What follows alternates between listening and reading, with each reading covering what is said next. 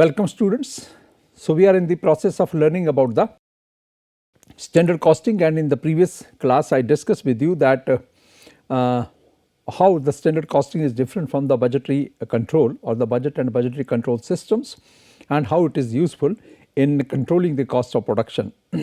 So, before we go ahead with the different parts of the standard costing and learn about this technique in detail, we will discuss and learn about some prerequisites of introducing or implementing the standard costing system in any organization, in any manufacturing or the service organizations, right.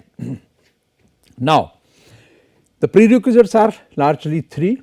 One is the establishment of the cost centers, number two is the identification of the standards, and three is basically the setting the standards, right. Once we have identified the cost centers, we have say identified the standards, different kind of the standards, then we will go for with the process of setting up the standards. So, establishment of the cost centers. In one manufacturing organization, in one firm, there could be different cost centers, units and subunits, and since we have to control the total cost of production, so it will not be possible until and unless at what level of the total manufacturing process the cost has gone up. Because if you know, because you have not divided the whole firm into the different cost centers, then what will happen? We were expecting that the total cost of the product should be, say for example, you talk about this pen, and the cost of this pen we were expecting as 50 rupees, but actually this cost has come up as 65 rupees. Now, at what level that cost has gone up, without any proper cost centers or establishing the cost centers, you will not be able to know that how that 15 rupees extra cost has come up. So, for that, first thing is you divide the whole firm into the different cost centers. Cost center begins with, in case of the manufacturing products, begins with the procurement, raw material, purchase of the raw material. You would agree with me that in any manufacturing process, 50 to 55% or 60% cost is because of the material, that is the material cost. In this pen, say 50% or 55 or 60% cost of this pen is just because of the material we have used to manufacture this pen. So, this is the biggest contributor to the total cost of the production, largest contributor to the total cost of the production. So, we will have to start from there only, material procurement. So, there can be one center, cost center, first cost center, which will be known as the purchase department or the procurement of material department, and we can fix up the pre-decided price, pre-standardized price that we will have to purchase the raw material per unit of the raw material or different raw materials at this price, right. Because I told you that experts are involved in deciding the standards, fixing up the standard, they know it, what are the different types of materials are required, where they are available in the market, at what price they are available in the market, when we should procure that material, and at what price we should procure that material, from where we should procure the material. So, on the basis of that, the purchase department, procure department is communicated the information or the standards. Second could be the, say now, the storage department. Once the material comes into the firm, because purchase department job is to place the orders, identify the source, negotiate the price and fix up the say place the order. When the material comes, then it has to go to the store. Store can be the another cost center, because at the store level also the cost is caused. Storage itself has a cost, investment made in the material itself has a cost, inventory cost is there, right, which is the storage cost, which is the investment cost, which is the obsolescence cost, right, and even the out of stock cost. So, store, if it is not properly managed or maintained, then the material can get spoiled there also, and or that material can become obsolete, and we will have to pay the cost for that. So, storage department can be the one department which can be the one independent center. Then from the storage, the material goes up to the different manufacturing processes. So, all, for example, if there is only one manufacturing process, then that is a cost center, but for example, material passes through 4 different processes, sub processes, that one is the semi finished, then second semi finished, third semi finished, and at the fourth level it is the finished product. Then either you can divide that 4 processes into the 4 independent responsibility centers, or you can say that the total manufacturing component is the one responsibility center. From the production it goes to the market, partly it goes to the market, partly it goes to the warehouse, because everything is not sold in the market straightway from the plant. If it goes to the market, then distribution cost is the one center, sales, after sales service, these are the two different centers. Material coming to the warehouse, again it has the cost, storage cost, and that is the one more center.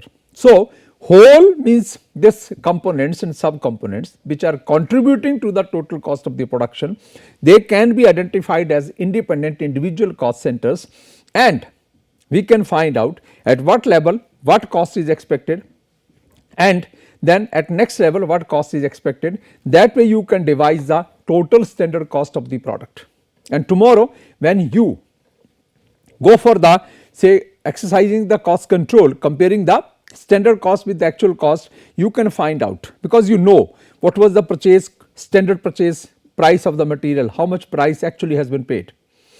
What was the storage expected cost, how much storage cost has incurred, what was the processing cost, how much actually processing cost has incurred, what was the distribution cost, how much actually distribution cost has been paid, and how much was the sales and after sales service. We know it in advance, we know the actual figures also, you know exactly, you know that at what level the cost has gone up, right. Now I'll tell you one classical example about this cost control, and in this case we will share the, I will discuss the say this example of the power generating companies, right, power boards, right. These are the power boards. You must be knowing that today we have the power companies. So earlier there were the power boards at the different state levels who were generating and distributing the power. So they had largely their operations are divided into the three levels. One is this, then it is this, and then it is this. This is called as the generation, this is called as the transmission, and then it is called as the distribution. Now earlier when the power board was there, that was a single entity, and power board was responsible for all these three operations. They were generating power also, they were transmitting the power also from the place of generation to the one say central grid, and then from their grid, that power was being distributed to the by that board itself to the consumers, by the to the users. Now for example, we anticipated that the per unit cost of the electricity which is coming from the generation to the consumer, that is expected to be 5 rupees, that is expected to be 5 rupees, and actually the cost has gone up, that has become 8 rupees. Total, if you talk about the total investment cost, total generation cost, transmission cost and distribution cost, total cost has increased, and whatever the revenue we have got by selling the power to the people, we have not been able to match that, because our total investment is very high, per unit cost is very high, revenue we are getting from the people is very less, and ultimately what happened, these power boards started suffering the losses, and when they could not sustain the losses, most of the power boards are in a very bad financial position, and some of the states have closed the power boards.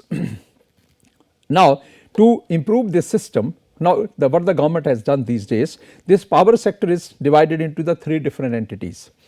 One company is the power board who are responsible for the generation part, they will only generate electricity. Another body is created who are responsible for the transmission of the power, and third is the distribution sector which is largely privatized. So generation company generates the power and that gives to the central grid or the marketing company who is known as the transmission company, right. So power generated after knowing the normal losses, after providing for the normal losses, for example 100 unit of the power starts from here, right. So we know that as per the normal transmission losses, we expect that 95 units must reach here, and from this transmission to distribution 90 units must reach here. So it means you can say that what is the total cost for generating the 100 units plus the transmission and distribution cost, that entire cost has to be recovered from these 90 units, right. So it means the total cost will be divided by the 90 units, because this is the, we have generated 100, transmission and normal transmission losses are, you call it as the TL, transmission losses are say 5 units, we can expect normal losses are there, and then from transmission to distribution again the distribution losses are again 5.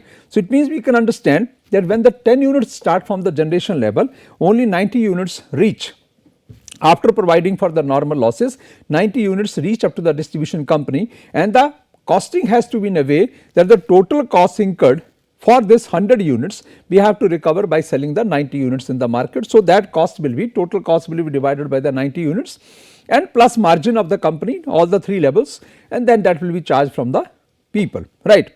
So, it means now you know it, that how much units were generated and passed on to the transmission company. Expected loss was 5 units, but if for example here the say not 95 but the 80 units have reached, and at this level only 70 units have reached, it means the expected loss was what, 5 units at this level, 5 unit at this level, but here we are seeing 20 units are lost at this level and 10 units are lost at this level. So, it means now we can easily find out. These are the 3 cost centers. One is the generation, second is the transmission, third is the distribution, and we can easily find out where the problem has come up, whether generation is the problem or whether the transmission is the problem. So, problem is between this spell, this to this stretch, or problem is from this to this stretch. We can easily find out and fix up the responsibility.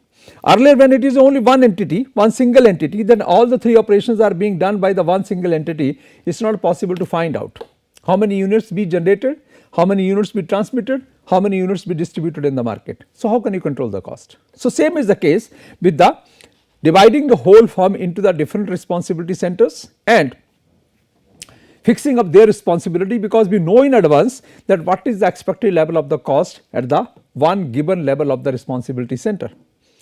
Number 2 is the identification of the standards. In conceptual part, in the theory, in the say normal standards part, if you want to know about the theoretical basis of the standards, then we know that the standards are largely of the 2 broad categories.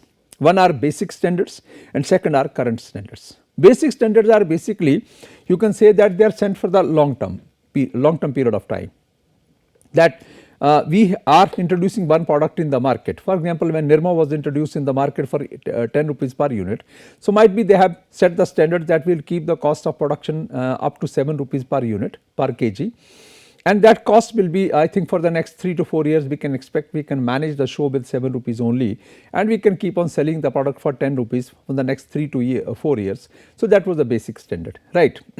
That is a broad guideline, you can say. Basic standards are the broad guidelines, and then keeping that broad guideline, we started with 7 rupees as the manufacturing cost of that washing powder of the 1 kg of Nirma. Now, next 6 months we have to review the standards, and then those standards which keep on little, maybe we keep on updating or changing, they are called as current standards. Means where you keep on incorporating the changes taking place at the different points of time because of any change in the factor. Maybe the raw material cost has gone up, labor cost has gone up. We were expecting the raw material cost will not increase, the labor cost will not increase, but it has gone up. So, you have to keep on revising the standards. So, they are known as the current standards as per the current period of time. You can say the current budgeting horizon. For example, it is 3 months or 6 months or 1 year. In the current standards also, we would say that if everything goes well, if everything goes as per our expectations, then what should be the cost? That is called as the ideal standard. But ideal standard, to attain ideal standard is not possible all the times. Now, you are saying that if you want to manufacture the say the washing powder, the caustic soda should be available at this price, but maybe because of any natural calamities from where the caustic soda is coming from the mine, there the production has gone down. So, we are not able to say match the price has gone up. Sometimes supply is a problem. We thought that normal supply is maintained in the market, but because of rainy season, because of the supply chain problem, the caustic soda is not available in the market. So, one standard is the ideal standard, that if the everything is available as per our expectations, what should be the cost, and then you have to adjust the ideal standards to the attainable standards, which are called as expected standards. So, finally, we will be more concerned about this standard which is called as the expected standards. Expected standard cost, that after adjusting for everything as per the current time or the current situation or the current scenario in the market, what is the expected cost of production, that is called as the finally standard cost. That is why I discussed in the beginning the difference between the 3, and that difference when we discussed was about the say your different means compositions, and these different compositions we discuss in terms of that expectations, standards and the standard costing. So, 3 differences we try to find out in the beginning. So, those 3 different standards are like that, and ultimately the standards which are finally developed or evolved are called as the expected standards, most desirable standards, most desirable standard cost, most expected standard cost. Once you have say thought in your mind after considering all the factors, then we keep on calculating the cost for the different inputs and we convert that into the standards. So, it means the expectations are then converted into the standards or the standard cost. Standard cost also and standard selling price also. We set the standards for both. Cost also, cost standards also we fix up, selling price standards also we fix up, and then we go for the actual production in the market, right. So, when you talk about the ideal standards, just I told you, but we can read it here also what is written. Perfection or ideal standards are expressions of the most efficient performance possible under the best conceivable conditions using existing specifications and equipments. No provision is made for waste, spoilage, machine breakdown and the like. Means everything will go as per our expectations, as per our schedule, as per our liking, but that seldom happens. So, if that is going to happen, you are going to have the minimum possible cost, the ideal cost in the ideal situation, but that is means far from the reach. So, then we go for something like we call it as currently attainable or expected standards. They are the standards, attainable standards are the standards based on levels of performance that can be achieved by realistic levels of efforts, that can be achieved by the realistic level of efforts. Now, for example, you talk about the many products have the agriculture material as an input, right, and we anticipate that the ideal standard is that everything goes well, there is a good rain, good harvest, good crop and good quality of material at the reasonable prices available in the market. That only we can think, we can only anticipate, but whether there will be good rain, good harvest, good crop and good quality of material in the right amount quantity will coming up to the market, that is not in our hands. So, you can think that this should be, but you can not make that to happen. So, for that we have to go for developing something which is called as currently attainable standards. So, in the currently attainable standards, allowances are made for normal defects, spoilage, waste and the non-productive time. We have to make provisions for that, so that finally the attainable standards can be worked out. Now, we talk about the standard cost and budgets. I have already talked to you, but just let us go through what is written here. The term standard cost often refers to the cost of a single unit, whereas the term budgeted cost often refers to the cost at standard of the total number of the budgeted units. Then we talked about the first schedule of the budgeting, if you recall. What was that? Sales schedule, total sales we are going to make. There we do not talk about, or we did not even talk about that the product A this much of the sale, product B this much of the sale, product C this much of the sale. We were talking about the total sales of the firm. Here we are talking about the product wise, unit wise. So, here we are talking about the one unit. They were talking about the, in the budgets we are talking about the all units produced and sold in the market with regard to all the products in the manufactured by the firm. And what is variance analysis? Analysis of the difference between standard and actual cost, referred to as a standard cost variance, which are worked out to determine if operations are being performed efficiently. Variance analysis helps companies control operations by highlighting potential problems in the operations. We expected this much should be the material price, per unit of the price of material should be this much, but we have got the different price, we have paid the different price. Why? It may be possible that the reason was controllable, it was agriculture material. When we developed the standard, we thought that we will procure the material when there is a season, and we will store that material, we will get the material during the season at the throwaway price, we will buy that in the bulk and then we will store the material. But that was not done by the firm, it was not purchased during the season, and later on when you are buying from the mandi or the secondary market, then you are paying the higher price. So, If the reason was controllable, but no action or no effort has been made to control that reason, it means we have to hold the people responsible. Procurement department is responsible, and we have to check those say reasons, so that next time these variances do not occur and you are able to or move towards the standards, achieve those standards which are called as ideal standards. Then we talk about something like now the variance analysis.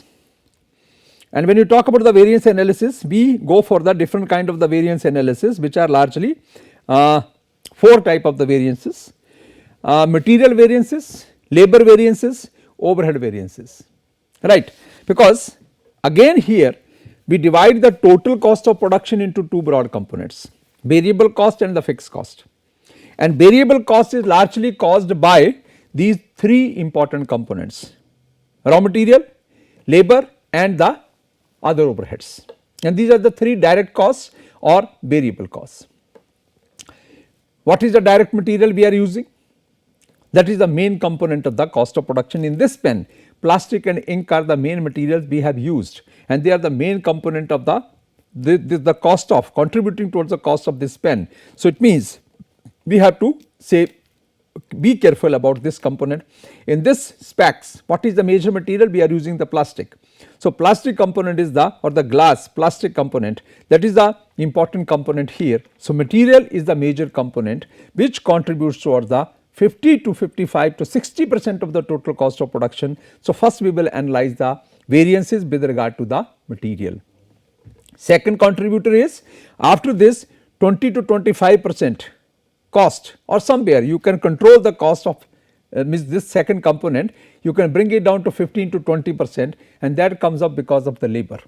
So, second largest contributor into the total cost of production is the labor. So, after the material variances, we will go for the analysis of the labor variances, and then remaining 10 to 15% of the cost of the product comes up because of the third component of the cost, and that third component of the cost is the overheads.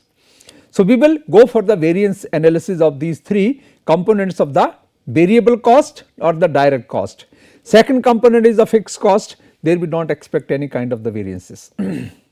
Fixed cost remains the fixed. Whether you manufacture 1 unit, you manufacture 1000 units, you do not go for the production, you go for the production, you do not manufacture anything, you are going to pay the fixed cost. You are going to pay the plant, building and machinery depreciation, you are going to pay the salaries of the permanent employees, you are going to pay for the other rent of the building and other say fixed equipments or installations. So, it means you cannot minimize that cost. But we will have to make sure there also that no fixed cost is going to increase, and it is going to remain the same irrespective of the any level of the production. And then next variance we calculate is the sales variances. What is the sales level we anticipated, expected, and how much sales we have attained in the real sense, what variances are there and why those variances were there. And the fifth variance cannot also be there, which I have not mentioned here, that is the profit variances.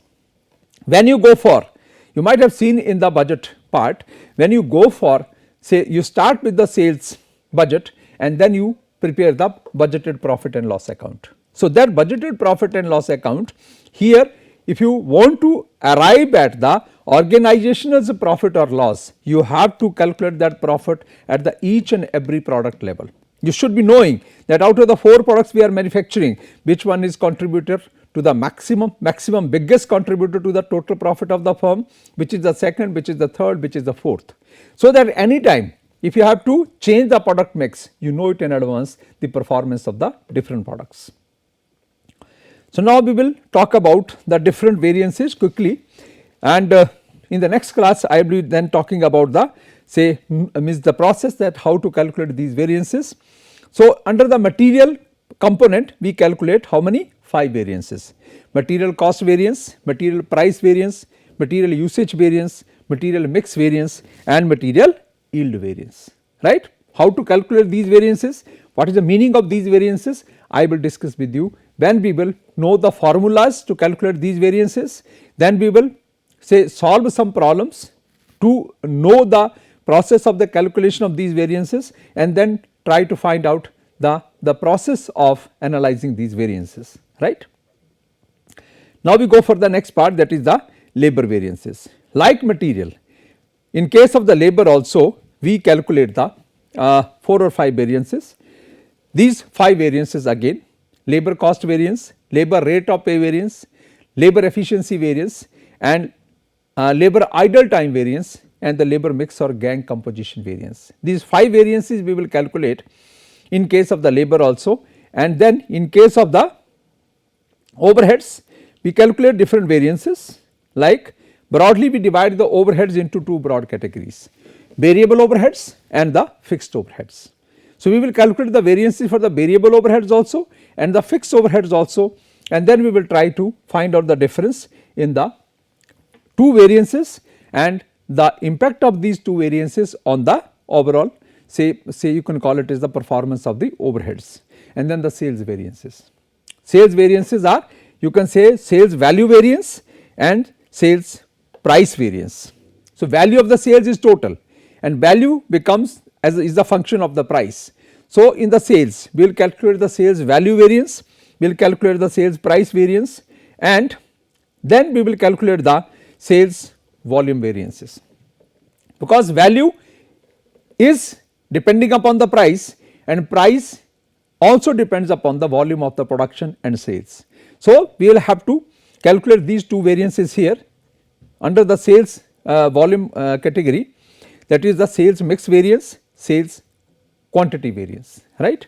And then is the profit and loss variances, that we fix up the budgeted profit each product wise and how much profit we actually attained from those different products, right. So, we have already set the standards for that, and then we compare the budgeted and the actual profits, so that any time if there is any problem in the manufacturing process, say raw material is not available or labor is not available, or some product we want to find out has become least profitable, we want to drop the product, if you want to introduce a new product. So, deciding and redeciding the product mix, you can decide on the basis of the products who are the biggest contributors to the total profit, who are the least contributors to the total profit, and who are the best one to be retained, who are the worst one to be dropped. So, profit variances are very, very important.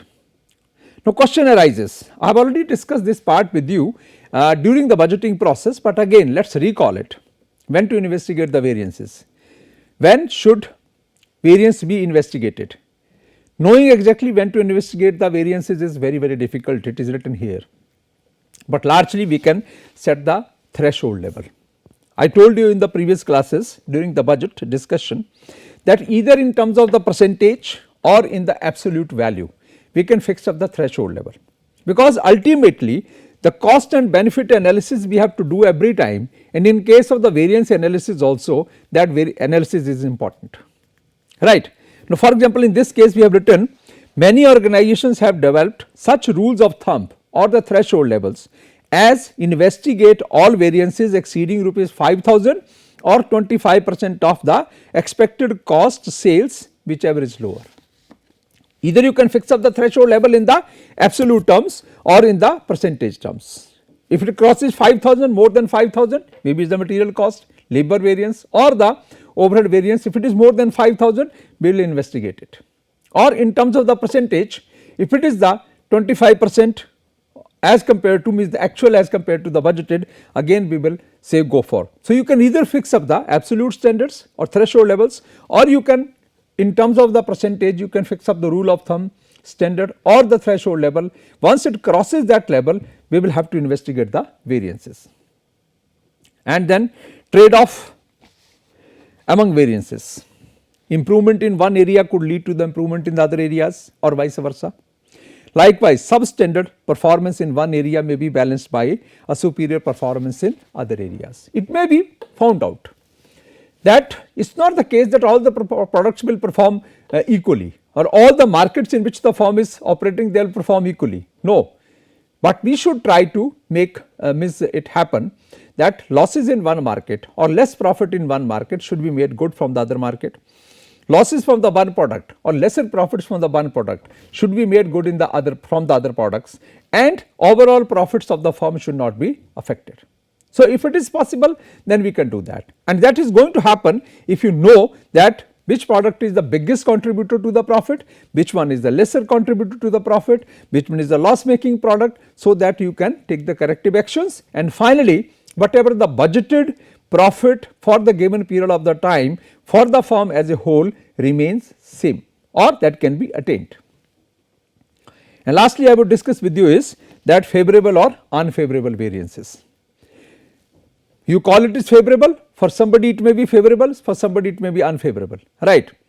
And here you see, to determine whether a variance is favorable or unfavorable, use logic rather than memorizing a formula. Use logic, right. For example, now we thought that the price of the raw material should be say 10 rupees per unit, right. But actually when we procured the material from the market, we found it for say 13 rupees per unit, right. Now 10, if you compare, keep on comparing 10 with the 13, then you would say the variance is there, because standard was 10 and we have paid 13 rupees. But if in the given situation, in the current situation, even the firm has got that material for 13 rupees which was otherwise available in the market for 20 rupees, then still you should be knowing it well in advance or in a proper manner that there is no variance. You do not compare 10 with 13, do not kill fly on fly. You have to be rational here, that that was the standard price if everything goes well. For example, it was agriculture material and there is no crop, total crop is say you can call it as devastated, or there is a loss of the crop, no good material is coming in the market, and whatever the material is coming in the market, that is at a very high price. Still the purchase department has been able to manage a material which is available at 20 rupees in the market for 13 rupees. You should not keep on comparing 13 with 10, you should compare in this case 20 with 13, and you should appreciate the efforts of the procurement department, right. So here E is equal to MC square, excellence is equal to motivation plus double of the commitment, right. This is the formula given by a renowned scientist, but we apply in management also. E is equal to MC square, and that is the motivation and double of commitment. If there is a motivation among the employees and the different stakeholders of the firm to improve the performance and they are committed ones, then certainly you say that the variance analysis should be done in that spirit, in that logic, in that manner, so that we can say that whatever we wanted to achieve, we have achieved that, and it has happened because of the motivation and commitment of our employees. Do not simply keep on comparing the numerical values with the numerical values, sometime you have to apply the logic also. So you can normally apply the numerical values, but you apply the common sense also, and then you see that whether actually the variances are there or the variances are not there, right. So now this is the one problem which we will discuss. Like this we will have so many other problems also. I will bring so many other problems here, and then we will discuss these problems, and we will try to know about the the process of calculation of the different variances. But before doing this kind of the problems, in the next class I will discuss with you first the formulas of calculating the different variances, and then we will solve these problems. So first we will start with the material variances, then we will move to the labor variances, then we will move to the overhead variances. So that all I will discuss with you in the next class. Thank you very much.